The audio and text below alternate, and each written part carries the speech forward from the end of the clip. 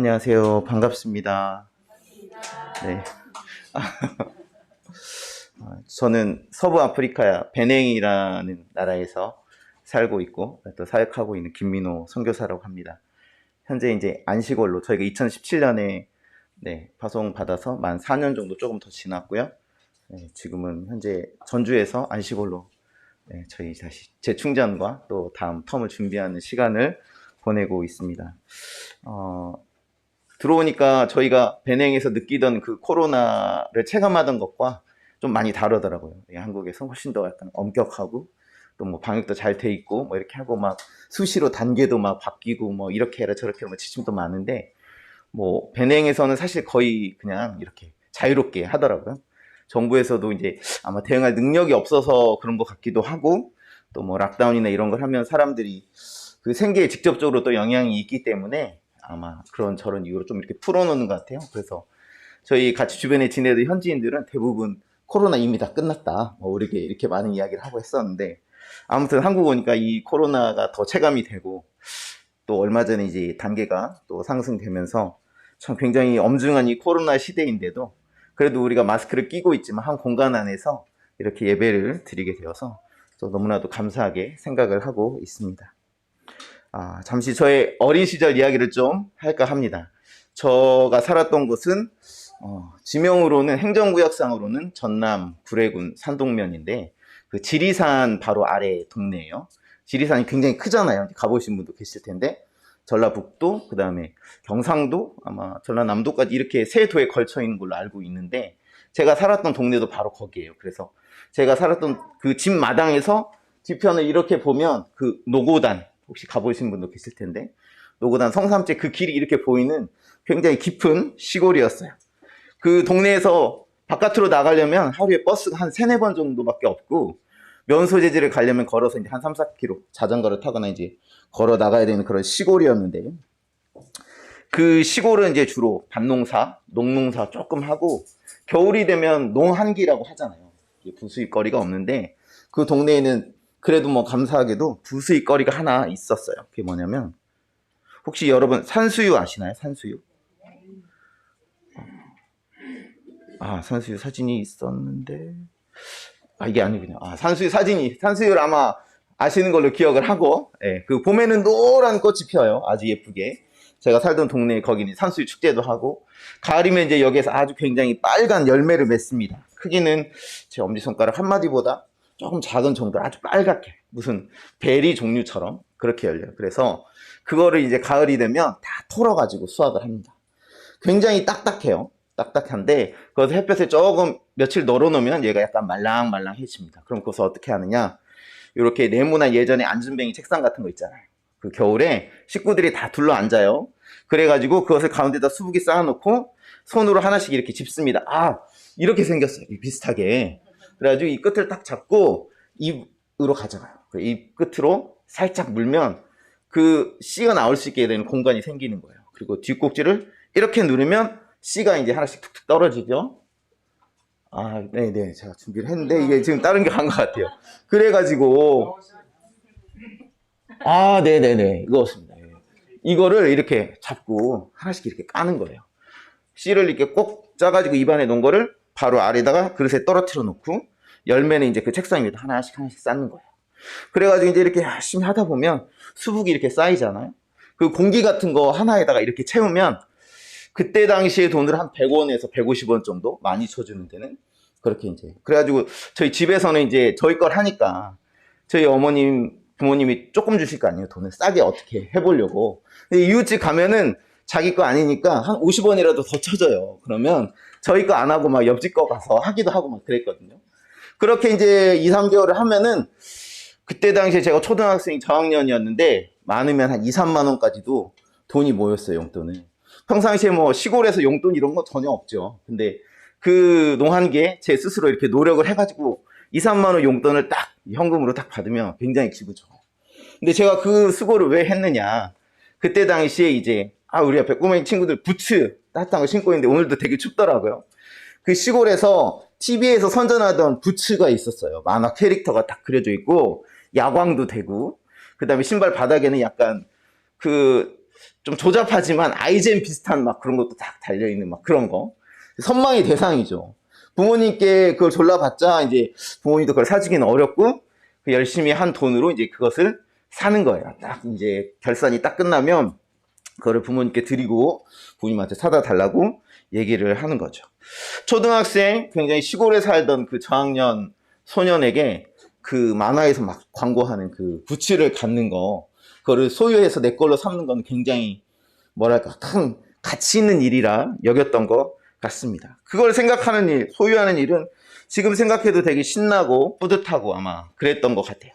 내가 열심히 그 저학년, 그 나중에 너무 하고 나면 막 이가 싫어요. 어린데도. 그런 고생을 해서 내가 열심히 노력한 그것으로 뭔가 내가 갖기를 원했던, 소망했던 것을 갖게 되는 일은 굉장히 신나고 뿌듯하고 그랬던 기억으로 남아 있습니다. 그러니까 그 당시에 저에게 있어서 그 부츠를 소유하는 것, 그것은 저에 굉장히 가치가 있는 일이었습니다. 제가 왜 이렇게 조금 장황하게 저희 어린 시절의 이야기를 꺼냈냐 하면요. 오늘 본문에 두 사람이 나오잖아요. 밭에 감추인 보화를 찾는 사람, 좋은 진주를 구하는 두 사람이 있는데 이 두 사람과 관련이 있다고 생각이 되어서 그렇습니다. 이 두 사람 몇 가지 공통점을 가지고 있는데 첫 번째는 뭐냐면 자기가 가치 있다고 여기는 일을 위해서 인생을 산 사람들이었습니다. 사람들은 누구나 내가 인생에서 귀하게 여기는 가치들이 있잖아요. 이 가치를 사전에서 찾아보니까 사물이 지니고 있는 값이나 쓸모라고 정의가 되어 있더라고요. 그래서 사람마다 내가 가치 있다고 여기는 것들은 다 달라요. 그렇죠? 어떤 사람들은 다른 사람을 좀 이렇게 이롭게 하는 것이 내 인생의 가치야. 아니면 나는 많은 돈을 버는 거, 그게 내 인생의 가치야. 어떤 사람은 나는 높은 자리에 오르는 게 내 가치야 라고 이렇게 여러 가지 나름의 자기 인생의 가치를 두고 살아가는데 이 두 사람의 가치는 무엇이었냐면 보물을 찾는 일, 좋은 진주를 찾는 일. 이것이 바로 그 인생의 가장 귀한 가치라고 여겼던 것 같습니다. 가치라는 말을 조금 바꿔보면 어떤 삶의 목표, 내 삶의 목표는 이거야 라고 이렇게 쓸 수도 있을 것 같은데 이 사람들은 자기 인생을 통해서 찾고자 했던 것이 굉장히 분명했죠. 보화를 찾는 일과 좋은 진주를 찾는 일. 목적이 분명한 사람의 태도가 그러하듯이 아마 이 사람들은 시간을 허투루 보내지도 않았을 것이고 굉장히 자기가 목표를 한 그 일을 위해서 수고와 열심을 다 했을 것입니다. 그 사람들이 언제 그 원하는 보물, 원하는 진주를 발견했는지는 성경에 명확하게 기록되어 있지 않아서 우리가 알 수 없지만 어쩌면 그 두 사람이 가치 있다 여기는 것들을 이해하지 못하는 주변의 사람들은 그 두 사람을 비웃거나 쓸모없는 일에 인생을 낭비하고 있다고 조롱했을지도 모릅니다. 하지만 확실하게 그 가치를 붙잡은 사람들은 주변에 그런 들려오는 소리에 사실은 흔들리지 않겠죠. 이 두 사람의 공통점은 자기의 가치를 분명히 했던 사람들이라는 데 있습니다. 두 번째는 뭐냐면 그들이 그토록 원하는 것을 발견하고 나서 대가를 지불했다는 것입니다. 구체적으로 어떻게 했는지 본문에는 두 사람 다 자기의 소유를 다 팔았다라고 기록되어 있습니다. 그렇죠. 발견하기 위해서도 열심히 노력했고 수고와 최선을 다했습니다. 그리고 나서 그것을 발견한 이후에 그 사람들의 행동은 뭐였냐면 자기의 소유를 다 팔았다라고 기록이 되어 있습니다. 아마 어떤 일이 되었든지 어딘가에 자기의 소유 전부를 다 거는 일은 말처럼 그렇게 쉬운 일은 아닐 것입니다. 혹시 이 자리에 계신 여러분들 가운데 그런 경험들이 있으신가요? 나는 어떤가를 위해서 내 인생의 전부를 다 거기 한번 쏟아본 적이 있다. 다 걸어본 적이 있다. 정말로 그 일이 그만한 가치가 있다고 확신하지 못한다면 결코 그런 모험은 할 수가 없었겠죠. 반신반의하면서 내 소유를 거기에 전부 털어넣을 수 있습니까? 그런 사람은 없죠. 설사 결과적으로 폭삭 망하게 되는 일이 있더라도 적어도 그 순간에는 내가 이 일을 내 모든 소유를 걸 만큼 가치가 있다라든지 성공의 보장이 있다라고 하든지 믿기 때문에 그렇게 할 수가 있는 것이죠. 오늘 본문에서도 이 두 사람이 자기의 모든 소유를 다 파는 데 있어서 고민했다거나 주저했다거나 그런 흔적은 전혀 찾을 수가 없습니다. 왜 그랬을까? 자기들이 소유한 재산보다도 그것을 팔아서 소유하게 될 보물이나 진주가 훨씬 큰 가치가 있다는 그런 확실이 있었기 때문이겠죠. 내가 가진 것보다 내 것을 팔아서 산 그 밭에 감추어진 보물이 내 소유를 팔아서 갖게 될 내가 발견한 좋은 진주가 내가 지금 가지고 있는 것보다 훨씬 큰 가치가 있다라는 확신이 있었기 때문에 주저함 없이 망설임 없이 자기의 것을 다 팔 수가 있었던 것입니다. 그만한 계산도 없이 그냥 덜컥 자기의 소유를 다 파는 어리석은 사람은 없었을 것입니다. 제가 아까 처음에 얘기해 드렸던 그 저의 어린 시절에 부츠를 소유하기 위해서 제가 2달, 3달을 그렇게 이가 시리도록 산수유를 까고 모았던 그 돈을 그 부츠를 사기 위해서 제가 아낌없이 이렇게 그걸 부모님께 드렸잖아요. 사다 달라고. 아마 저의 마음도 그런 마음이 아니었을까. 왜 오랫동안 수고한 돈을 왜 하필이면 다른 걸 할 수도 있을 텐데 왜 그 부츠를 사려고 하느냐. 이렇게 이야기하는 어른들도 아마 그 당시 있었겠지만 저에게는 그런 얘기 아마 들리지 않았던 것 같아요. 그거를 소유하고 싶은 마음이 컸기 때문이죠. 저의 그 고생, 제가 갖게 될 부츠에 비하면 아무것도 아니라는 생각을 했습니다. 근데 여담인데 제가 그렇게 고생해서 산 부츠 있잖아요. 눈이 많이 온 그날 가서 열심히 놀고 젖어서 그때 당시 시골집이하고 저희는 아궁이였거든요. 저희 어머니가 이제 이렇게 막대기로 꽂아가지고 신발을 말린다고 아궁이 앞에 놨는데 홀라당 타버렸어요. 그렇게 될 줄 알았더라면 아마 다른 걸 샀을 수도 있겠지만 적어도 그 전까지는 제가 이 부츠를 갖는 것이 저의 그 굉장히 큰 보람, 가치 이런 거였다는 거죠. 그것을 위해서 제가 2-3달 동안 모았던 그것을 파는데 전혀 주저함이 없었던 것입니다. 이 2사람처럼. 그리고 3번째, 마침내 보물을 소유하게 되었습니다. 이전에 얘기했던 것처럼 이 사람들이 아무리 부활을 발견하고 값진 진주를 찾아냈어도 그것을 내가 그 대가를 지불하고 내 것 삼지 않으면 사실은 아무것도 아닌 거잖아요. 그림의 떡인 것처럼 아무리 저기에 그 밭에 엄청난 보화가 숨겨져 있어. 그 가게를 가면 지금까지 보지 못했던 세계 최고의 진주가 있어라는 그 사실을 알아도 내 것을 팔아서 내 것 삼지 않으면 사실 그것은 아무 의미가 없는 것이잖아요. 나와는 아무런 상관이 없는 일인 거죠. 혹시 다른 사람이 이 사실을 알고 먼저 밭을 사거나 다른 사람이 진주를 사가면 어떻게 하나 하는 불안한 마음에 은밀하게 그리고 재빨리 모든 일을 진행을 했을 겁니다.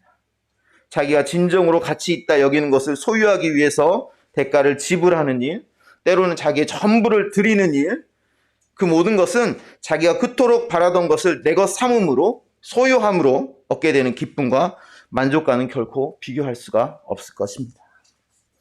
저희가 함께 읽었던 이 마태복음 13장에 여러 비유가 나와요. 이 비유 말고도.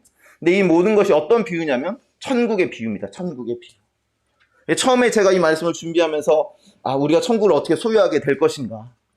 우리의 가진 전부를 들여서 하나님 앞에 이 천국을 갖는 것이다. 소유하는 것이다. 라고 이렇게 생각을 했었는데 물론 그게 전통적인 어떻게 보면 해석이죠. 하나님의 나라는 내가 가진 모든 것을 팔아서 드려도 전혀 손해나지 않는 장사가 아닌 그런 가치가 있는 것이기 때문에 그렇게 생각을 했었습니다.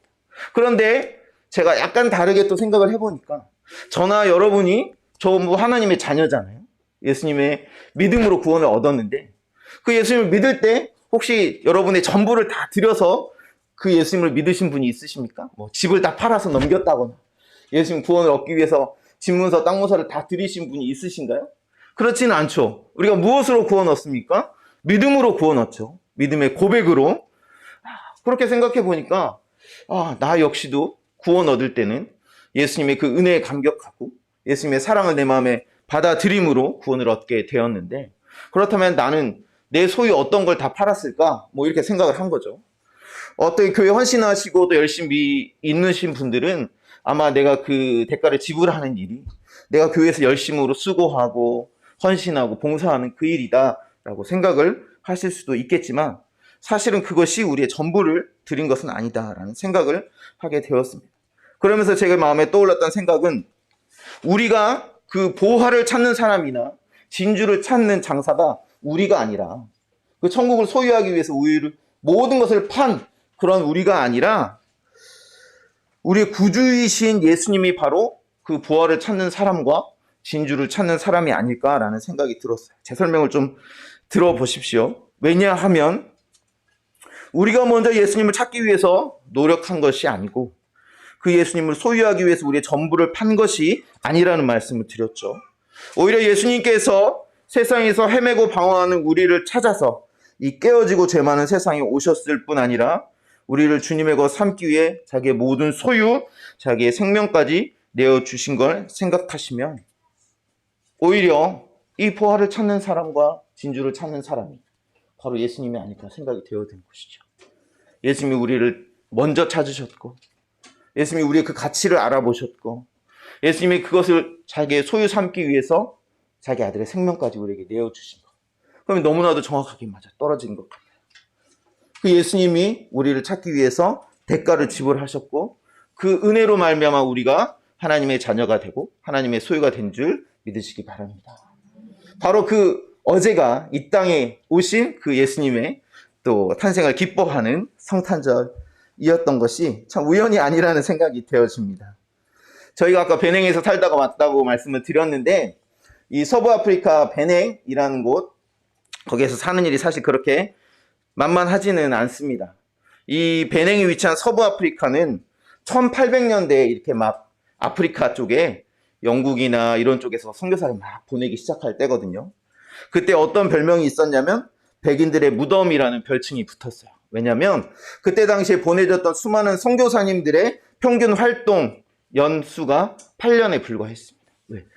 지금도 풍토병이 많지만 그때 당시에 더 많았고, 그때 거기에 살던 원주민들에 의해서 복음을 전하다가 죽임을 당한 일들이 너무나도 많았기 때문에 활동 기간이 8년에 불과했고, 또 어떤 선교사님들은 선교지로 출발하면서 여러 가지 물건을 챙길 때 자기의 관을 미리 짜가지고 간 사람들도 있었어요. 왜? 거기에 일단 출발할 때는 필요한 물품들을 관 안에 넣고 출발을 했다가 사역하다가 돌아가시면 그 관에 자기를 이제 묻는 거죠. 그런 일이 있을 정도로 출발하기 전부터 이미 내가 그곳에 가면 오래 살아남지 못하리라는 생각을 가지고 갔었던 것입니다. 물론 지금은 그때와 비교할 수 없을 만큼 여러 면에서 좋아졌죠. 물론 한국이나 이렇게 비교하면 아직도 조금은 열악하지만, 하지만 만약에 저희 가정이 이 베냉에 가지 않았다면 말라리아에 걸려 고열, 구토, 어지럼증에 시달리거나 국내보다 훨씬 비용을 많이 지불하면서도 제대로 된 치료를 받지 못하고 합당한 대우를 받지 못하는 그런 일도 없었을 것이고, 현지인들이 우리에게 중국인이다 막 이렇게 하면서 아프리카에 오히려 가면 저희가 인종차별 비슷한 대상이 돼요. 그 사람들이 이렇게 눈 이렇게 하면서 똑같이 우리에게 인종차별을 하기도 하고 놀리기도 하고, 모기가 또 굉장히 많죠. 습하고 또 그런 위생이나 상황이 되어 있지 않기 때문에 모기가 굉장히 많아요. 저희 아이들이 갔을 때가 이제 그때가 초등학생 이렇게 됐을 때인데, 어른들은 가려우면 참을 수 있잖아요. 의지를 가지고. 근데 애들은 그거를 참지를 못해서 밤사이에 막 엄청 긁어놔요. 그러면 막 온몸이 모기에 물린 자국, 막 가려운 데를 긁어가지고 막 그렇게 된 일도 비일비재했고, 또 말이 통하지 않는 그 학교에 띄워놓고 막 저희 막내가 막 그 한동안은 제 막 바지가랑이를 붙잡고 막 갈 때마다 막 눈물을 흘렸어요. 근데 저희도 언어가 안 됐고 이제 아이들도 학교를 보내놓고 해야 되니까 참 그런 우는 아이들을 이렇게 등 떠밀어서 학교에 보내고 가는 일이 사실은 참 쉬운 일은 아니었습니다. 저희가 이제 뭐 자주 나올 수 없기 때문에 한 번에 나오면 저희 아이들이 하는 일 중에 가장 큰 그 일 중에 하나가 뭐냐면, 그 휴가 나오는 군인들이 그 하는 일 아시죠? 나가면 뭐 먹을 거야 그 먹는 리스트. 저희 아들도 똑같이 해요. 한국 가면 뭐를 제일 먹고 싶다 막 이게 마치 휴가 나온 군인들처럼 이제 막 10대 아이들인데, 무엇보다도 이제 사랑하는 친구 가족과 또 매번 헤어지고 만나고 하는 일들을 또 반복해야 하는, 그 외에도 뭐 여러 가지 어려움들이 있는데, 이런 어려움에도 불구하고 왜 저희가 그 베냉이라는 낯선 나라에 가서 이런 고생을 하는 걸까요? 예. 한번 좀 생각을 해 보셨는지 모르겠습니다. 또 뭐 벌써 오래전 얘기 같은데, 올해 8월에는 제 가족들이 막 돌아가면서 아프고, 저는 베냉에서 코로나 확진되고, 저희 가족들은 들어와서 차례대로 그 아이들이 첫째, 둘째, 셋째가 다 한국에서도 코로나 또 확진되는 그런 일도 있었습니다. 근데 이걸 바꾸어서 생각해 보면 아까도 말씀드렸듯이 예수님이 우리를 먼저 찾으셨고, 예수님이 우리를 발견하셨고, 예수님이 그 우리를 자기의 소유 삼기 위해서 자기의 생명을 내어주신 그 사랑을 생각해 보면, 사실 제가 조금 전에 말씀드린 그런 뭐 어려움이나 고통이나 이런 것들이 뭐 아무것도 아니다라고까지 말씀드리기는 좀 그렇지만 그 사랑에 비하면 우리가 당하는 그런 일들은 결코 큰일이 아니다라고 말씀을 드릴 수 있을 것 같습니다. 혹시 오늘 주보를 보시면 오늘 제가 설교의 제목을 적어놨는데요. 한번 보시겠어요? 뭐라고 되어 있는지? 다 팔아 사느니라, 이렇게 제가 제목을 적었죠. 근데 이 문장은 사실은 완전히 완성된 문장이 아니에요. 왜냐하면 주어가 빠져 있고 목적어가 빠져 있어요. 그렇잖아요. 누가, 무엇을이 빠져 있잖아요. 그렇죠? 네. 이 문장을 이제 완성을 한번 해보려고 합니다. 제가 완성을 해보겠습니다. 예수님이 자기의 생명으로 우리를 사느니라. 이렇게 하면 문장이 완성이 되었죠. 주어의 자리에는 예수님이, 그리고 누구를 사셨나요?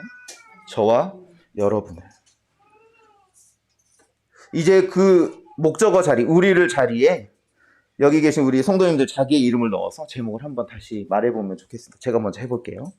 예수님이 자기의 생명으로 김민우를 사느니라. 우리 성도님들 한번 해보시겠어요?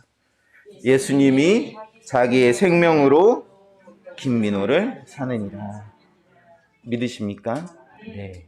오늘 본문의 말씀을 보면 우리가 무엇인가를 찾기 위해서 열심히 수고하고 노력하고 애쓰고 그것을 내 것 삼기 위해서 내 소유를 판 어떤 그런 이야기, 세상에서 많이 이야기하는 성공을 위해서는 그렇게 해야 한다, 집중해야 한다, 뭔가를 위해서 내 그 대가를 지불하는 일도 아깝게 여기서는 안 된다, 이런 걸 얘기하는 게 아닌 것 같아요.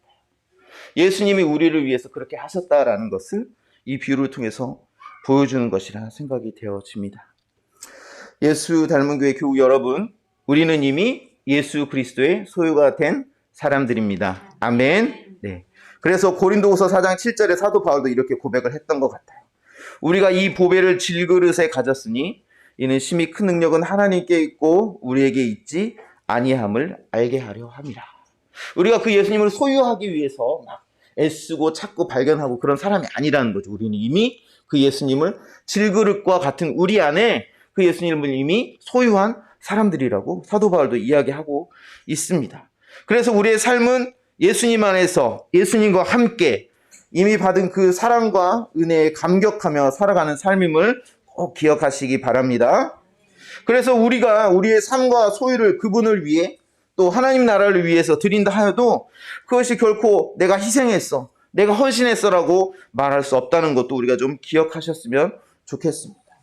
우리 가족이 선교사로 배낭에서 살아가면서 겪는 어려움, 일들, 또 여러분이 이 세상에서 말씀대로 살다 보면 때로는 손해 있기도 하고 오해를 사기도 하고 고난을 당하기도 하지만 사실 주님이 우리를 위해 지불하신 대가에 비하면 그것은 굉장히 작은 것이다 라고 말씀을 드릴 수 있겠습니다.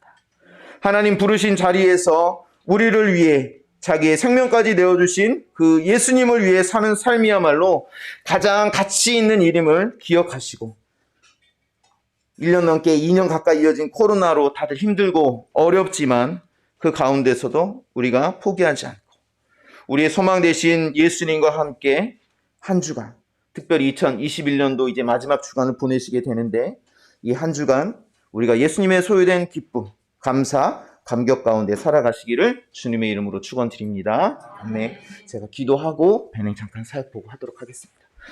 사랑의 하나님, 감사를 드립니다.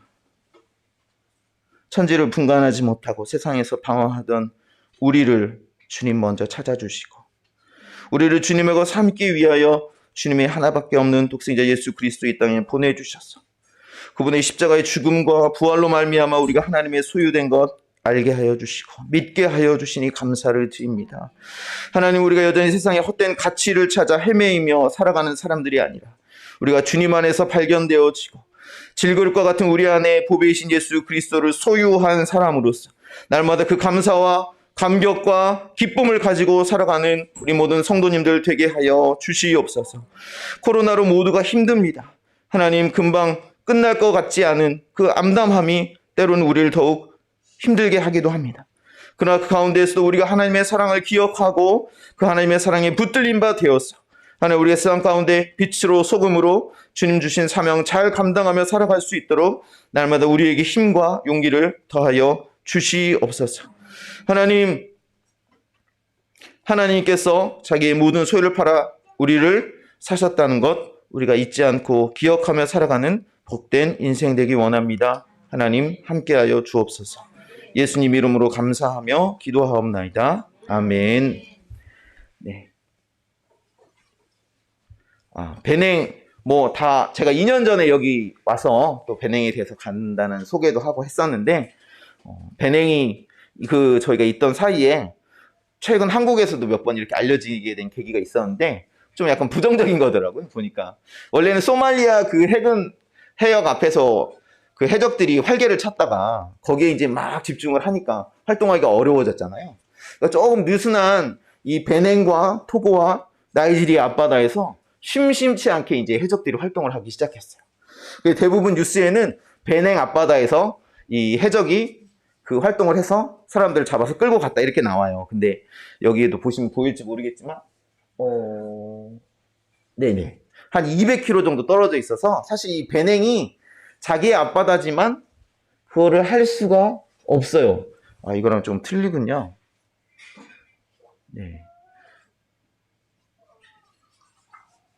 그리고 두 번째 사진은 뭐냐면 이 베냉의 예전 이름이 다호메이 왕국이었어요. 프랑스 식민 지배를 받았는데 그때 프랑스를 식민 지배하면서 그 뺏어갔던 유물들을 최근에 그 마크롱 대통령이 다 반환하겠다.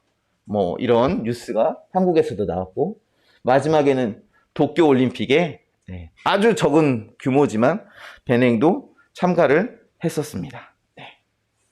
이런 뉴스들을 통해서 베냉에 대해서 이제 알게 되는 분들이 있더라고요. 베냉이 이 아프리카 전체의 지도 중에 보면 약간 꺾어진 그 부분에 있어요.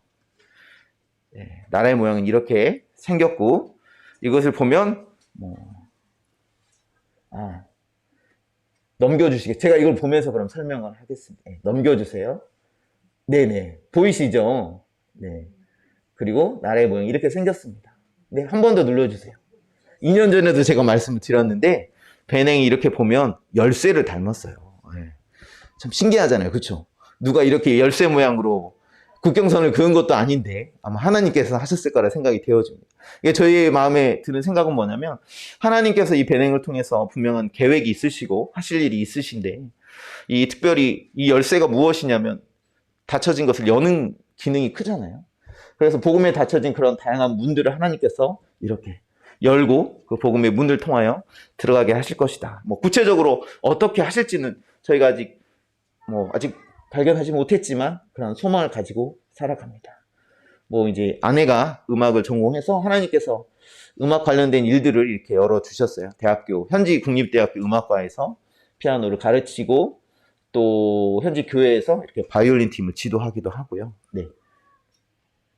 네, 이런 활동들을 하면서 근데 이 코로나 때문에 저희가 이제 대면하기가 굉장히 어려워져서 사실 이렇게 저희도 인터넷이 많이 느리긴 하지만 이렇게 온라인을 통해서 음악을 가르치고 하는 일들도 이제 가능하게 되어졌습니다. 코로나로 인해서 그동안 저희는 대면하지 않으면 이제 그런 교육이나 함께 모일 수 있는 기회가 사실은 전혀 없었거든요. 굉장히 소외된 지역인데 오히려 이 코로나로 힘든 시기에 온라인으로 뭔가 하는 일들이 계속해서 이제 발전되면서 오히려 저희에게는 좋은 기회가 되었어요. 저희에게도 이런 교육을 받기도 하고 나누기도 할 수 있는 그런 좋은 기회를 어떻게 보면 하나님께서 열어주셨다라고 생각이 되어집니다. 네. 저희가 하는 사역 중에 또 하나는 뭐냐면 고아원을 돕는 사역이 있어요. 저희가 운영하는 것은 아니고 그냥 그 동안은 여러 교회 다니면서 제가 이 부분에 대해서 그냥 넘어가는 말로 했는데 하나님께서 이렇게 여기 이제 말씀 준비하고 하면서 좀 자세히 나누었으면 좋겠다라는 마음을 주셔서 제가 좀 나누려고 해요. 어떻게 연결이 됐냐면 코로나 때문에 교회들의 후원을 많이 받는 기독교 고아원이거든요. 그런데 이제 코로나로 처음에는 이제 이 후원하는 배낭의 교회들도 굉장히 어려웠어요. 모일 수가 없어서. 그러니까 이제 당장 이 아이들이 여기 한 60명, 70명 이렇게 있는데 하루에 먹고 사는 그 문제가 굉장히 큰 문제가 된 거예요. 후원이 완전히 다 끊어지니까. 하루에 2끼를 먹기도 하고 어떨 땐 굶기도 한다고 하면서 이제 저희가 원래 관련을 가지고 있던 분이 여기에도 관련을 갖고 저에게 도움을 요청했거든요. 그래서 이제 그렇게 시작을 하게 됐습니다. 그런데 이제 비단 먹고 사는 문제뿐만 아니라 정부에서 이제 이 고아원에 요청하는 그게 있어요. 이런 기준을 충족을 시켜야지 고아원을 계속 유지할 수 있다. 뭐 건물도 새로 지어야 되고 식당도 있어야 되고. 근데 굉장히 가면 열악해요. 그렇게 해서 만약에 이것을 하지 않으면 문을 닫아야 되고, 그때 지금 베냉에 이제 이 이슬람권에서 굉장히 후원이 많이 들어오거든요. 중동에 돈이 많잖아요. 석유를 팔아서. 그게 이슬람을 전하기 위해서 그 막 사원도 막 쥐어주고 사람들도 데려다가 공짜로 훈련시켜서 막 보내주고, 그 다음에 이슬람은 원래 NGO 이런 개념이 별로 없었는데 그런 거를 많이 만들었어요. 돈이 많으니까. 우물이 필요하다면 우물 지어주고, 먹을 것이 없다면 그런 걸로 해가지고 돈을 굉장히 많이 풀어요. 사람들이 굉장히 많이 이슬람으로 돌아갔어요. 그리고 이런 고아원을 또 운영을 하려고 해요. 고아원을 통해서 이제 기독교 고아원이 아니고 이슬람에서 운영하는 고아원이 되면 자유롭게 자기들의 그 쿠란을 가르칠 수 있잖아요. 그러니까 이 교회도 그때 그런 요구가 있었다 하더라고요. 이 고아원을 우리한테 넘겨라. 이슬람 단체에서 와가지고. 그러면 이제 돈으로 보상을 해주겠죠. 그리고 그 아이들이 이제 자연스럽게 이슬람 교육을 받으면서 자라게 되는 거예요. 근데 최소한 이제 그거는 저희가 막아야 되겠다는 생각이 들어서 그때 하나님께서 이제 공급도 해주시고 그런 일이 일어나지 않도록 보호해 주시긴 했는데, 그냥 여전히 아직도 이 먹는 문제도 해결되지 않았고, 또 사실 아이들이 자라면서 먹는 게 우선은 가장 중요하지만 그게 전부는 아니잖아요. 그렇죠? 우리 아이들도 자라게 하려면 뭐 그래도 뭐 책도 읽고 뭐 미술 교육도 하다못해 좀 받고 해야 되는데 사실 그런 거가 전혀 없어요. 그냥 학교만 왔다 갔다 하고, 이 여러분 보시기 오른쪽 사진은 이제 중학교 올라가는 아이들 교복 입은 사진인데 공립학교예요. 사립학교도 아니고. 근데 1년에 한 10만 원 정도면 1년 정도 공부할 수 있어요. 저희가 이 아이들 이제 후원하는 사역도 작년부터 시작을 했어요. 이제 여기에서 중학교 올라가는 아이들 학비를 좀 대고 이렇게 해서 공부를 지속할 수 있게. 근데 이 아이들이 사실 학교 갔다 오면 그 학교에서도 선생님들이 수업도 제대로 안 하는 경우도 많고, 이 아이들이 갔다 오면 나머지 시간은 그냥 아무것도 할 게 없어요. 저희가 마음에 이 아이들의 방과 후처럼 좀 그런 교육도 했으면 좋겠다 하는 생각이 들더라고요. 근데 저희가 이제 뭐 다 감당할 수 없는 그런 상황들도 있고, 그래서 이 교회, 이 고아원의 상황이 이렇다라는 것을 좀 자세히 나누고 싶었어요. 그래서 제가 마음에 소원하기는 이 아이들이 그냥 이름만 기독교 고아원이 아니고 제대로 된 말씀 교육 받고 또 이런 교육들도 제대로 받아서 베냉에 좀 이런 아이들이 굉장히 많거든요. 왜냐면 그 혼전선 관계 뭐 이런 거, 그러니까 제대로 정식으로 결혼하지 않고 아이만 낳고 이제 남편은 도망을 가버리거나 아니면 여러 가지 질병이 많아서 부모가 일찍 사망하거나 해서 조부모의 손에 이렇게 길러지는 아이들이 굉장히 많아요. 그래서 그런 아이들에게 예수님의 복음이 희망이 되고 또 이 아이들이 미래에 그런 환경을 잘 딛고 일어서서 성장해서 그런 비슷한 환경에 있는 아이들에게 또 도전을 줄 수 있고 모델과 같은 그런 일을 할 수 있다면 참 좋겠다라는 그런 마음이 생겼어요. 그래서 제가 조금 이렇게 시간이 갔지만 시간을 더 들여서 이 부분을 위해서 말씀을 나눈 것은 여러분께서 이 꿈의 고아원, 그냥 제가 뭐 다 일일이 사정을 적을 수 없기 때문에 기도 편지에도 그냥 꿈의 고아원을 위해서 기도해 주세요 이렇게 하지만, 저의 이제 이런 설명들과 또 이런 상황들에 대해서 들으신 우리 성도님들은 조금 더 구체적으로 기도해 주셨으면 좋겠어요. 좀 더 이 아이들이 우선은 먹는 문제가 사실은 제일 급해요. 저희가 정기적으로 계속 후원을 하고 있지만 한창 자라나는 아이들이에요. 이 아이들도. 그래가지고 그래 못해도 일주일에 한번 고기도 먹고 생선도 먹고 해야 되는데 사실 그게 잘 안 돼요. 그래. 어떤 일이 있었냐면 어제 성탄절이었잖아요. 근데 이제 저희가 한국에 나와 있는데 이 고아원 관련된 분이 새벽에 저에게 이제 그 메신저 같은 걸로 연락을 했어요. 뭐라고 보냈냐면, 그러니까 이제 성탄절 그 초반이었어요. 월요일인가 화요일 새벽에 제가 자다 깼는데 거기에 뭐 메시지가 하나 들어와서 내용을 읽어보니까 저희가 이제 한국에 있다는 걸 이미 알고 있죠. 그러면서 이제 성탄절인데 거기는 또 약간 이렇게 뭐 직접적으로 도와달라 이런 얘기는 또 잘 안 하고 약간 이렇게 돌려서 얘기를 하는 그런 스타일이거든요. 하나님께서 목사님 마음에 뭔가 이 아이들을 위해서 마음에 뭔가 하라고 주신 말씀이 있으면 주저하지 말고 하십시오. 뭐 이렇게 메시지를 보낸 거예요. 근데 그 말 뜻이 뭔지는 다 아시겠죠? 성탄절을 다가오는데 그냥 여느 다른 날처럼 보내기 어려운데 이제 후원이나 이런 게 없으니까 저에게 이제 도움을 요청하는 걸 보냈는데 그렇게 돌려서 얘기한 거예요. 근데 이제 마음에 그럼 또 이렇게 요청하는구나 생각하고 제가 이제 뭐 답장을 하거나 하지 않고 잠깐 기다리고 있었는데 새벽이었어요. 그날 오후에 바로 어떤 분께서 한 50만 원 정도 되는 헌금을 제 주머니에 딱 찔러 주시면서 고아원 아이들을 위해서 성탄절인데 써달라고 헌금 주시는 거예요. 너무 깜짝 놀랐죠. 하나님께서 이 아이들 굉장히 생각하시는구나 하는 마음이 너무 들었어요. 눈물이 왈칵 났어요.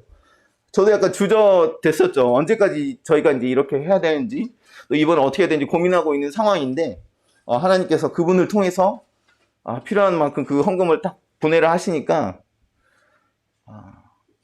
하나님이 분명히 이 아이들을 너무 마음에 담고 계시는 걸 하는데 그런 마음의 감동이 크게 와서, 저희도 정말 이 아이들을 위해서 정말 또 좀 더 적극적으로 해야겠다라는 마음이 들었고, 그런 마음을 또 좀 예배 가운데 좀 나누고 싶다라는 생각도 사실은 들었어요. 그래서 고아원을 통해서 하나님께서 아마 계획하신 일들이 있을 거다 저는 분명히 생각이 되어지고, 저희가 아니면 또 다른 사람을 통해서도 하시겠지만 저희가 그렇게 복음과 말씀과 또 실제적으로 아이들이 좀 잘 자랄 수 있도록 돕는 그런 역할들을 할 수 있도록 저희를 위해서도 또 꿈의 고아원을 위해서도 기도해 주셨으면 좋겠습니다. 뭐 다른 부분은 좀 넘어가고 시간이 많이 갔기 때문에 저희 기도 제목만 조금 보여주시겠습니까? 네. 저희가 했던 뭐 이런 돕는 사역들이 조금 있었습니다. 네, 넘어가 주세요. 저희 가족 이렇게 아이들이 2년 사이에 또 많이 컸습니다. 또 여러분께서 기도해 주셔서 물론 그런 아픔의 시간들도 있었지만 또 하나님께서 잘 길러 주셨습니다. 네, 기도 제목 저희가 몇 가지 보여드렸는데요. 이 제목으로 계속해서 배냉을 위해서 또 저희를 위해서 기도해 주시면 감사하겠습니다. 네, 우선 이상으로 마치겠습니다.